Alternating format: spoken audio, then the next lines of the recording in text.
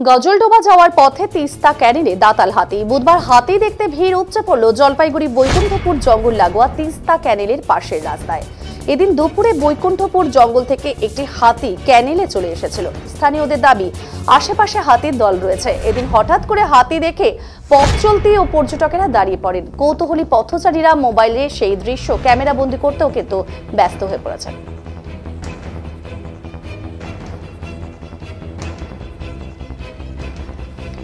দেখছেন এই মুহূর্তে গজলডোবা যাওয়ার পথে তিস্তা ক্যানেলে দাতাল হাতি। আর বুধবার সে হাতি দেখতেই ভিড় উপচে পড়েছে জলপাইগুড়ি বৈকুণ্ঠপুর জঙ্গল লাগোয়া তিস্তা ক্যানেলের পাশের রাস্তায়।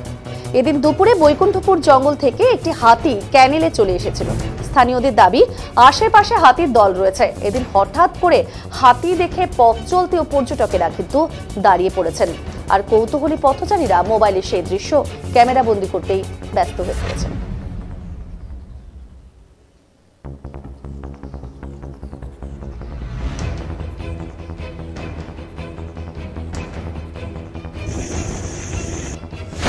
আমরা গাজলডোবা যাচ্ছিলাম, যাওয়ার সময় রাস্তায় ক্যানেলে তিস্তা ক্যানেলে হাতি দেখতে পেলাম।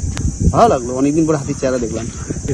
আমরা গন্ডারমূর্তি গাজলডোবা একটাই। হ্যাঁ ভালো, হ্যাঁ মাঝে মাঝেই দেখা যেত আগে, এখন অনেকদিন পরেই দেখতে পেলাম। হ্যাঁ দাতাল হাতি, বেশি বয়স না মনে হচ্ছে, ছোটই লাগছে।